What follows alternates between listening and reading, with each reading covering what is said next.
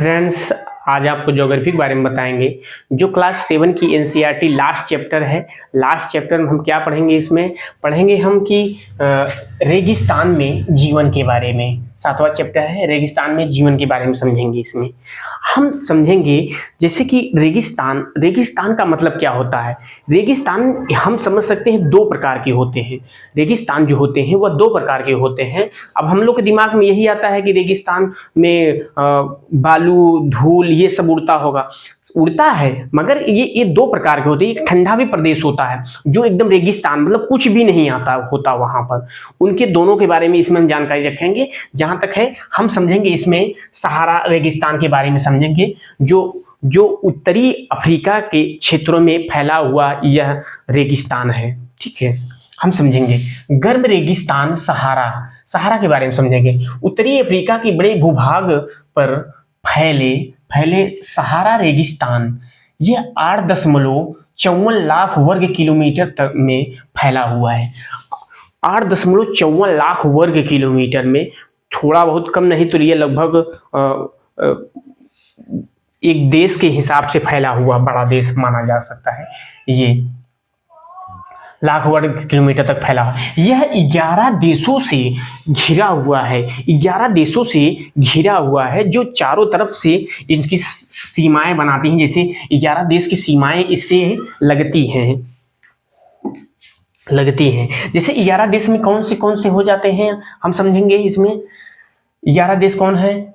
Algeria है, चाड है, मिस्र है, लीबिया है, माली है, मोरितानिया है, मोरक्को है, नाइजर है, सूडान है, ट्यूनीसिया है एवं पश्चिमी सहारा रेगिस्तान है। ठीक है, इतनी बड़े देश से होकर ये सहारा रेगिस्तान गुजरता है। बताइए, इतना विशाल है, बहुत बड़ा है। यहाँ एक प्रकार से लोग रहने के लिए, अपने आप के लिए उसमें ढालते हैं कि मतलब इतना तापमान अधिक होता है यहाँ। कभी कभी तापमान तो लगभग 55 डिग्री तापमान पहुंच जाता है। 55 डिग्री सेल्सियस तापमान यहाँ पहुंच जाता है। ऐसे काफी लोग यहाँ मतलब अपने आप को सरवाइव करते हैं। तो इसमें हम समझेंगे क्या कह रहा है ये। सहारा रेगिस्तान में बालू ही नहीं समझ लीजिए, यहाँ बजरी चट्टाने भी पाई जाती हैं। बालू नहीं, इसमें बालू भी जैसे हम समझते हैं कि बालू ही होगा, मगर बालू भी है, वहाँ चट्टाने हैं, बजरी भी पाई जाती है। बजरी क्या होता है? एक छोटे छोटे कण होते हैं जो बिल्डिंग बनाने के लिए काम में आते हैं। ऐसे बजरी रहती है, वो रहती है, और चट्टाने रहती हैं। चट्टाने तो इतनी विशाल हैं, कहीं कहीं ये लगभग 2500 मीटर तक ऊंचाई तक मानी गई है। यहाँ 2500 मीटर तक भी मानी गई हैं इनकी चट्टाने जो होती हैं। ये विशाल एक प्रकार से फैला हुआ रेगिस्तान है। सहारा रेगिस्तान की जलवायु गर्म एवं शुष्क है। यहाँ वर्षा कभी होती है। दिन का तापमान यह लगभग 50 डिग्री से ज़्यादा हो सकता है, जो बताएं, क्योंकि 50 से 55 डिग्री, कभी कहीं 57 डिग्री सेल्सियस का तापमान रिकॉर्ड किया गया है। 50 डिग्री से ज़्यादा पहुंच जाता है। रात में यह 0 डिग्री पहुंच जाता है। अब ये रात में इतना 0 डिग्री क्यों पहुंच जाता है? हमारे मन में यही होता होगा, जब इतना बड़ा तापमान, मतलब 50 से 55 डिग्री सेल्सियस तापमान यहाँ पहुंच रहा है रेगिस्तान में, तो यह रात के समय 0 डिग्री कैसे हो जाता होगा? तो इसमें एक लॉजिक ये है कि जब हम समझते हैं कि जब रात में, दिन में जो होता है, ये इतना तापमान रहता है, कितना 50 डिग्री प्लस रहता है। अगर 50 डिग्री अगर प्लस रहेगा तापमान तो दिन में रहेगा। रात में जो होता है, जब ओस पड़ती है या थोड़ा मौसम जब ठंडा होता है, हवाएं जब चलती हैं, ठंडा होता है, तो ये जो बालू होती है, जो बालू रहता है, ये बालू जो रहेगी ना, ये धीरे धीरे ये क्या होती है, ठंडी हो जाएगी। बालू जो होती है बहुत जल्दी ठंडी होती है। जब ठंडी होती है, नमी नहीं सोख पाती है। हमारी ये जमीन जो है, हम मिट्टी जो होता है, यह अपने आप को सोख लेता है, धूप को सोख लेता है, वही हम लोग को गर्म बनाता है। यही जो बालू रहती है, ये हम सोख नहीं पाती, इसीलिए पुनः उसको जब ठंडा पड़ता है तो तुरंत ठंडा हो जाता है, मतलब ठंडा हो जाता है, उसका तापमान सोखने की क्षमता नहीं है, उसको सोखने की क्षमता नहीं, ये तुरंत रिटेन कर देगा। अब ये जगह जगह जगह जगह काफी ठंडा मौसम हो जाता है, लगभग 0 डिग्री, ये 0 डिग्री के पास में पहुंच जाता है तापमान। जब ये चारों दिशाओं में फैल जाएगा, तापमान 0 डिग्री हो जाएगा, ठंडा होने लगेगा। यही जब सुबह होते ही धूप निकलेगा तो ये तापमान फिर उतना अधिक आ जाएगा, मतलब लगभग 50 डिग्री 55 डिग्री सेल्सियस फिर पहुंच जाता है। यही एक कारण होता है, आज समझ लेना। ठीक है, अब ये हो गया ये दिन में तापमान। अब ये कहते हैं कि जब ये यहाँ की जलवायु जो होती है, ये हमारे लगभग कुछ पुरातात्विदों ने इनके गुफाओं में और जगह जगह इसको ढूंढ निकाला है कि वहाँ की गुफाओं में चित्र बनाया गया था, जैसे मगर, मछली और अदर प्रकार के जानवरों का चित्र बनाया गया था। इससे यह ज्ञात होता है कि जब सहारा रेगिस्तान में कभी 1000-2000 साल पहले, बहुत पहले 1000-2000 साल पहले यहाँ मतलब हरा भरा मैदान रहा होगा, यहाँ क्लाइमेट चेंजिंग हुआ, इसके कारण यहाँ मरुस्थल बन गया था। ठीक है, यहाँ कभी कभी नदियाँ और खेती किसानी ये सब होता रहा होगा उस समय, जानवरों को चरने के लिए घास होता रहा होगा। कुछ क्लाइमेट चेंजिंग के कारण यहाँ पूरा मरुस्थल बन गया था। ठीक है, अब इसमें हम समझते हैं, ये वाला समझेंगे।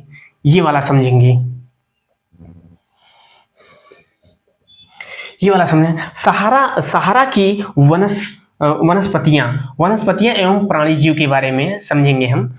सहारा की वनस्पतियां कैक्टस, खजूर के पेड़ एवं अकेसिया पाए जाते हैं। ये प्रकार से पौधे हैं जो अपने आप को मरुस्थलों में, यानी कम पानी लेने वाले क्षेत्रों में अपने आप को ढालते हैं। कैक्टस होता है, खजूर होता है।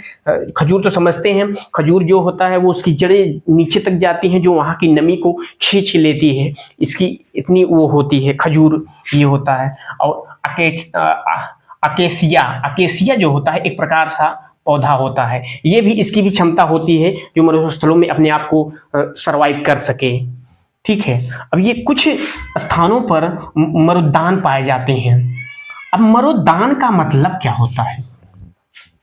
मरुद्यान का मतलब हम आप समझते हैं, मरुद्यान जो होता है यह एक जगह, अगर हवा जब चलती है, हवा अगर मान लीजिए, हम समझाते हैं आपको, अगर मान लीजिए हवा जब यहाँ से हवा ऐसे चल रही, ऐसे अगर हवा चल रही तो यहाँ से जो बालू का टीला होगा, यहाँ से उड़कर ये यहाँ तक चला आएगा। अब यहाँ से जो होगा, यहाँ धीरे धीरे ये ऊंच बन जाए, ये जो होगा गर्त बन जाएगा, ये क्या होगा, ये गड्ढा बन जाएगा, ये जो होगा ये ऊंचा हो जाएगा, इधर ऊंचा। जब ये गड्ढा बन जाएगा, इसके आगे आगे सामने सामने क्या होगा, इसके सामने सामने बगल बगल में वहां खजूर के पेड़ लगाए जाएंगे, अपने आप उग जाते हैं, लगाता कोई नहीं है। यहाँ उग जाएंगे, यहाँ उग जाएंगे, यहाँ उग जाएंगे, यहाँ उग जाएंगे, ऐसे ऐसे ऐसे ऐसे करके खजूर का पेड़ हो जाता है। जब खजूर का पेड़ हो जाता है इसमें, तब यहाँ जो होती है, यहाँ से जब बालू उड़ के दूसरे जगह चला जाता है, यहाँ गर्त गड्ढा बन जाता है, तो यहाँ नमी हो जाती है, यहाँ का होता है नमी हो जाती है, तब यहाँ से नमी हो जाती है, तो यहाँ का पानी, मतलब कहते हैं सोता जैसे निकल आता है, हमसे लोग समझते हैं, तो यहाँ पानी रहता है। तब यहाँ से कृषि के लिए लोग बसना चालू कर देते हैं, यहाँ घर बना दिए, मान लीजिए यहाँ बना लिए घर, यहाँ बना लिए घर, ऐसे ऐसे बना के इसके कोने कोने बस जाते हैं। जब बस जाएंगे तो यहाँ कृषि का काम करने लगेंगे, धान उगाने लगेंगे, चावल उगाने लगेंगे, गेहूं उगाने लगेंगे, तो ये सब मटर, सेम, ये सब उगाने लगते हैं यहाँ के लोग। अब ये हम आप समझते हैं कि ये छोटा होगा, मगर ये बहुत बड़ा है। ये लगभग 2500 से लगभग 13,000 किलोमीटर तक फैला हुआ है। इतना बड़े बड़े विशाल मोरक्को में 13,000 किलोमीटर तक फैला हुआ ये गर्त पाया गया था, जो मरुद्यान है ये। ठीक है, समझ में आया मरुद्यान क्या है? मरुद्यान यही होता है। अब ये हम समझते हैं ऊंट, लकड़बग्घा, यहाँ पाए जाते हैं ऊंट, लकड़बग्घा, सियाल, लोमड़ी, बिच्छू, सांप की विभिन्न प्रजातियां पाई जाती हैं। मतलब ये सब जंग, मतलब कह सकते हैं हम वो सहारा रेगिस्तान में ऊंट जो होता है, समझते हैं ऊंट सामान वामान ले जाने के लिए, ये लकड़बग्घा भी पाए जाते हैं, अपने आप को वहां सरवाइव करते हैं। सियार जो होते हैं, लोमड़ी होते हैं, बिच्छू होते हैं, सांपों की विभिन्न प्रजातियां जो पाई जाती हैं, जो एकदम बालू में रहते हैं। हम लोग डिस्कवरी चैनल पे देखे होंगे कि जैसे एकदम मिट्टी में मिल जाते हैं, मतलब मिट्टी में बालू में एकदम दबे रहते हैं, एकदम निकलते हैं अचानक, बहुत विषैले होते हैं वहां के सांप। तो यही कह रहा है, ये सांप भी पाया जाए, विभिन्न प्रकार की प्रजातियां पाई जाती हैं। अब हम समझते हैं लोग के बारे में, लोग कैसे रहते थे, लोग के बारे में। सहारा की कष्टकारी जलवायु में कुछ जनजाति रहती है, कुछ जनजाति यहाँ के, इतनी कष्टकारी जलवायु है, इतनी कष्टकारी जलवायु है, यहाँ कुछ लोग अपने आप को सरवाइव करके रहते हैं। ये जो मरुदानों हैं, मरुदान जो हैं जगह जगह हैं निकले हुए, तो वहाँ अपने आप को रहने के लिए रहते हैं। मतलब यहाँ कुछ जनजाति पाई जाती है, जिसमें मुख्य जनजाति होती हैं बेदुई जनजाति, तुआरेग है, बेदुई तुआरेग है, ये दो जनजाति।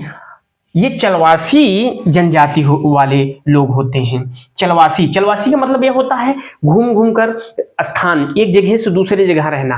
जैसे यहाँ आज हम हैं तो कुछ दिन रहेंगे, उसके बाद यहाँ की चारा, ये सब चारा वारा जब खत्म हो जाता है कुछ, तो यहाँ से दूसरे जगह जाते हैं। ये चलवासी जनजाति इसी को कहते हैं। तो जैसे भेड़ हो गए, ये चराते थे कि बकरी, भेड़, ऊंट, घोड़े जैसे पशु पालते थे।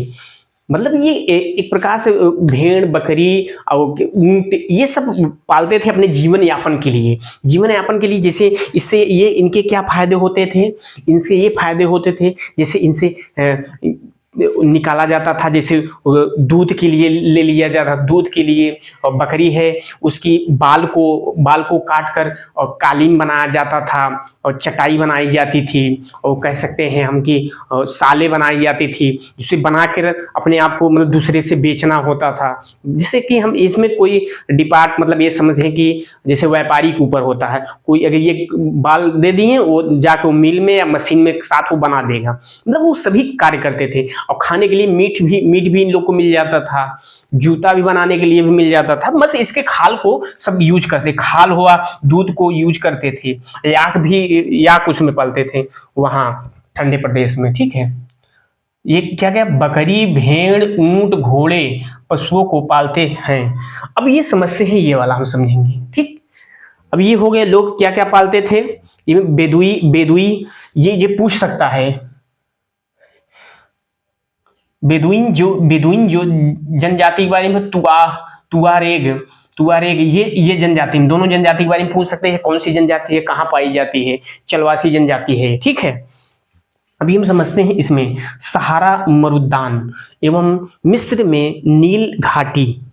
सहारा मरुद्यान, जो मरुद्यान के बारे में बताएं हम, जगह जगह गड्ढे हो जाते हैं, वहाँ से नमी निकलती है, तो बारिश के लिए मतलब वहाँ पानी जो हो, बारिश तो बहुत कम होता है, तो वहाँ नमी रहती है, तो वहाँ कृषि खेत करने लगे थे, वही बता रहा। सहारा मरुद्यान एवं मिस्र में नील नदी। मिस्र की नील नदी जो होती है बहुत मतलब मिस्र के लिए एक बलिदान के रूप में हुई है। ये यहाँ से कृषि खेती बहुत पैमाने पर होने लगी थी। तो नील घाटी लोगों को निवास में मदद करती है, उनके निवास में रहने में नील नदी काफ़ी मदद करती है। जैसे हमारे सहारा में मरुद्यान है, वैसे मिस्र में नील नदी जो है उनको जीवन के आगे बढ़ने के लिए काफ़ी मदद करती है नील नदी। तो वही कह रहा है, जल की करती है, जल की क्या दिया है, उपलब्धता, जल की उपलब्धता होने के कारण, क्या लिखा है,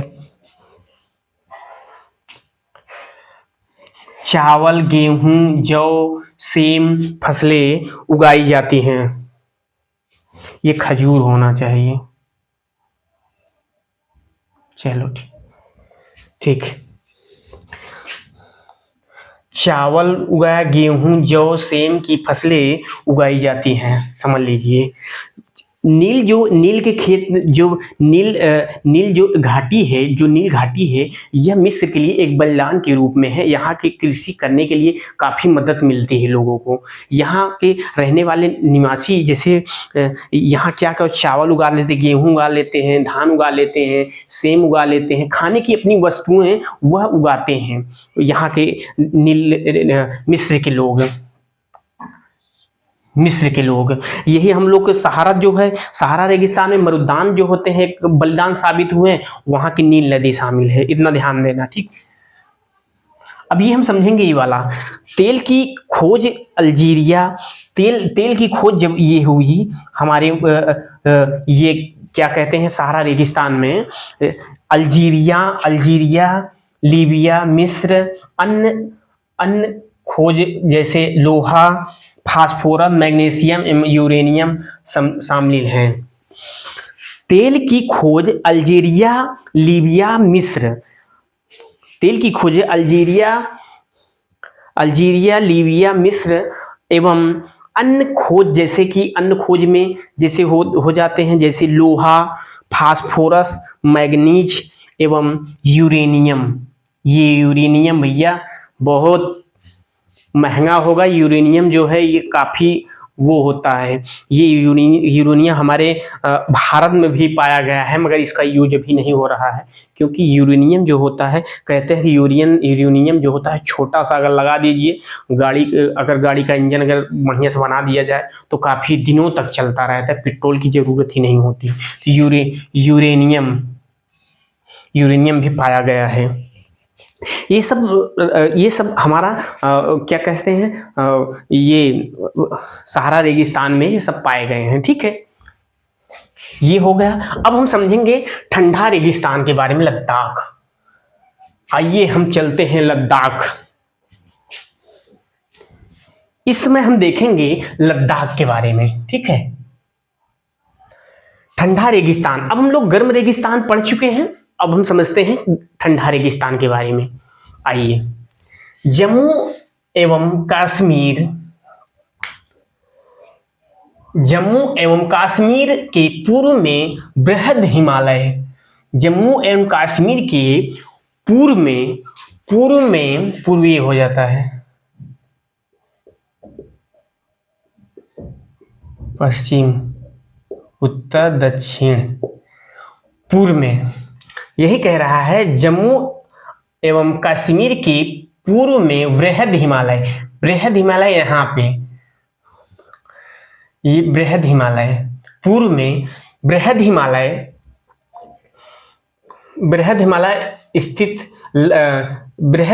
में स्थित लद्दाख एक ठंडा रेगिस्तान है। बृहद हिमालय हम ये सब पढ़ा चुके हैं आपको, बृहद हिमालय, मध्य हिमालय, ये सब के बारे में हम बताए हैं आपको। तो ये बृहद हिमालय में यह लद्दाख स्थित है, जो ठंडा रेगिस्तान है।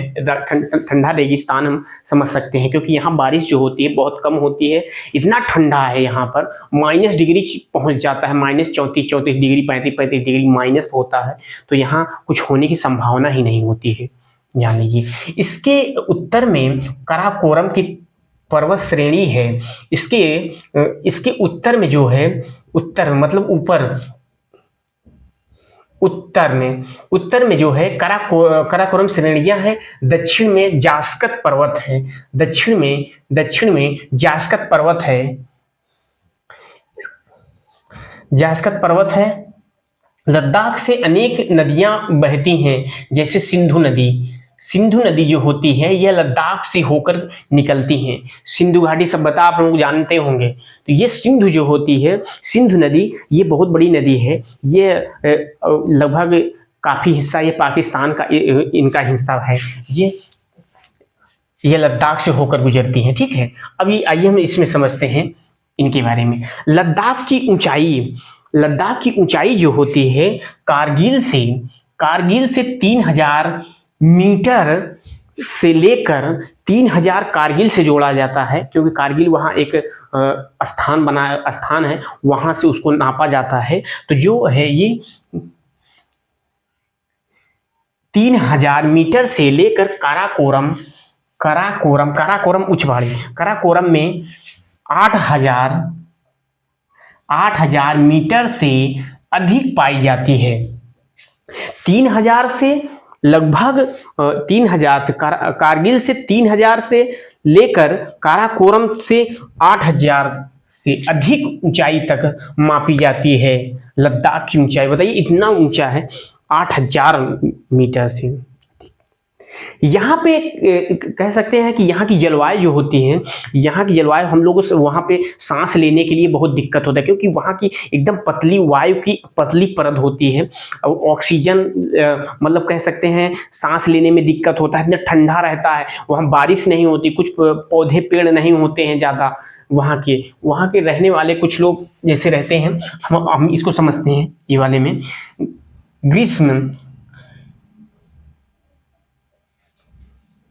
ग्रीष्म ऋतुओं में दिन का तापमान 0 डिग्री से कुछ अधिक, रात में यही -30 डिग्री से नीचे चला जाता है। दिन में जब होता है ग्रीष्म ऋतुओं में दिन का तापमान जो होता है यह 0 डिग्री चला जाता है। दिन में जो है 0 डिग्री हो जाता है ग्रीष्म काल में, और वही रात के समय चला जाता है कितना, -30 डिग्री चला जाता है। अब यही शीतकाल में चला जाता है कितना, ये शीत में ऋतुओं में तापमान -40 डिग्री, ये दिन और रात में दोनों बना रहता है, -40 डिग्री तापमान चला जाता है ये शीतकाल में, ठंडा वाले मौसम में।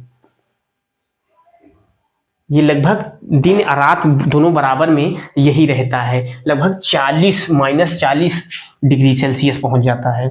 हम आइए इसमें समझेंगे हम वनस्पति एवं प्राणी जात के बारे में हम समझेंगे।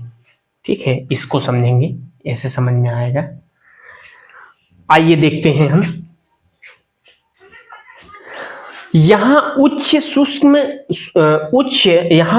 उच्च शुष्कता के कारण वनस्पति विरल होते हैं, मतलब ठंडी होने के कारण वनस्पतियां बहुत दूर दूर तक होती हैं। दूर दूर मतलब विरल होती हैं, एक यहाँ है तो एक वहाँ है, एक वहाँ है, एक वहाँ है, ऐसे होते हैं, क्योंकि वहाँ बारिश जो होती है बहुत कम होती है, तो वही कह रहा है विरल होती हैं। ग्रीष्म ऋतु में सेब,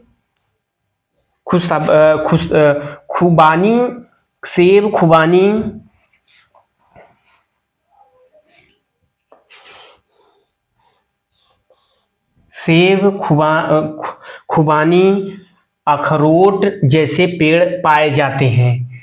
मतलब ग्रीष्म काल में सेब होगा, खुबानी एक प्रकार से लोकल वहाँ का फल होगा, खुबानी, अखरोट हम लोग जानते ही हैं, सेब जानते हैं, पेड़ पाए जाते हैं।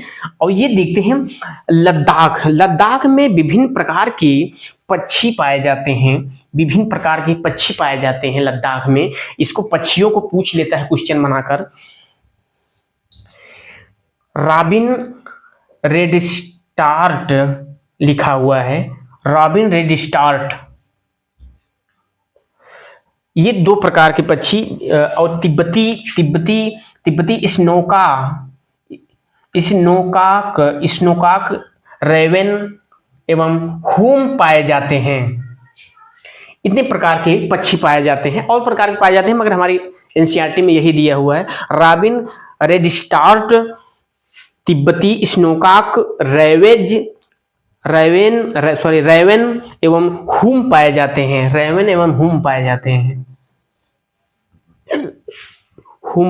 हैं। ये प्रकार के पक्षी हैं, ये पक्षियों के नाम दिए हैं, रॉबिन रेडस्टार्ट, तिब्बती स्नोकॉक, रेवन, हुम पाए जाते हैं। ठीक है, अब ये हम समझते हैं ये वाला। लद्दाख के पशुओं में बकरी, भेड़,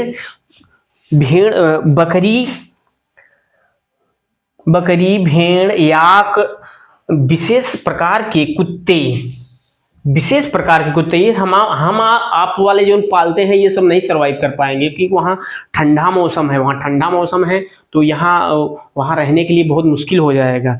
विशेष प्रकार के कुत्ते होते हैं इन पशुओं को दूध, खाल, मांस के लिए रखा जाता है। जिसे कह सकते हैं भेड़, बकरी, विशेष प्रकार के कुत्ते हो गए, और ये याक होते हैं, ये सब जो पालते हैं ना, तो ये वहाँ के लोग रहने के लिए मतलब वहाँ सरवाइव करेंगे, क्योंकि भाई ठंडी के मौसम में वहाँ इतना ठंडी पड़ती है, वहाँ ठंड रहती है, वहाँ बर्फ रहता है, तो वहाँ अपने आप को गर्म करने के लिए कुछ मांस की भी आवश्यकताएं उनको होती है, दूध की आवश्यकताएं होती है, तो वो अपने आप को लेते हैं। मतलब जैसे कह सकते हैं कि जो याक होते हैं उनका दूध निकाल कर दही बनाया जाता है, वो बना बना के खाते पीते रहते हैं, वहाँ के लोग अपने आप को वहाँ सरवाइव करते हैं। यही दिया है, बकरी, भेड़, याक, विशेष प्रकार के कुत्ते, इन पशुओं को दूध, खाल, मांस के लिए रखा जाता है, जैसे कि साल बनाने के लिए, अपने आप को कई प्रकार की अपने सुविधाओं के लिए रखते हैं। अब ये समझेंगे हम आकर, ठीक। लद्दाख के लोग मुसलमान एवं बौद्ध हैं। लद्दाख के लोग जो होते हैं वो मुस्लिम बौद्ध ज़्यादा लोग हैं वहाँ पर। जानते हैं मुस्लिम बौद्ध लोग में ज़्यादा अधिकतर मांस मच्छी ये सब खाना ज़्यादा होता है, तो इसीलिए वो अपने आप को सर्वाइव, कई कई बड़े बड़े मठ वहाँ मिले हैं। आज भी अगर आप चले जाएंगे तो एक प्रकार से टूरिस्ट के लिए एक आकर्षक रूप वहाँ होता है देखने के लिए, जो बौद्ध मठ होते हैं। और ये कृषि ग्रीष्म ऋतुओं में जो कृषि काम करते हैं, ये ग्रीष्म ऋतुओं में जो होते हैं, ये ऋतुओं में आलू, मटर, सेम, सलजम की खेती करते हैं। आलू हो गया, मटर हो गया, सेम हो गया, सलजम हो गए, और आप प्रकार की सब्जियां उगाते हैं लोग। जो महिलाएं, यहाँ की जो महिलाएं होती हैं इतनी मेहनती हैं, इतना मेहनत करती हैं, हम समझेंगे कि हमारे यहाँ की इतनी महिलाएं नहीं कर पाएंगी, कि ये कृषि के साथ काम करने के साथ साथ ये कुछ चीज़ें जो होती हैं ये करती हैं, जैसे कि व्यापारिक काम करती हैं। जैसे हम छोटे छोटे मार्केट में जाकर अपनी वस्तुओं को जो बनाए हैं या कुछ चीज़ों को बेचना होता है, तो ये काफ़ी लोग मेहनत करते हैं। वहाँ की महिलाएं, कुछ पुरुष जो होते हैं वो भी काफ़ी मेहनत करते हैं, ठीक है। अब ये हमारा चैप्टर खत्म हो गया है, ये इसका एनसीईआरटी क्लास 7 का जियोग्राफी का। अब हम देखते हैं एनसीईआरटी, हो सकता है कक्षा 8 का जियोग्राफी ही शुरू कर दें, और उसके बाद हम इतिहास चालू करेंगे, ठीक है। देखने के लिए धन्यवाद।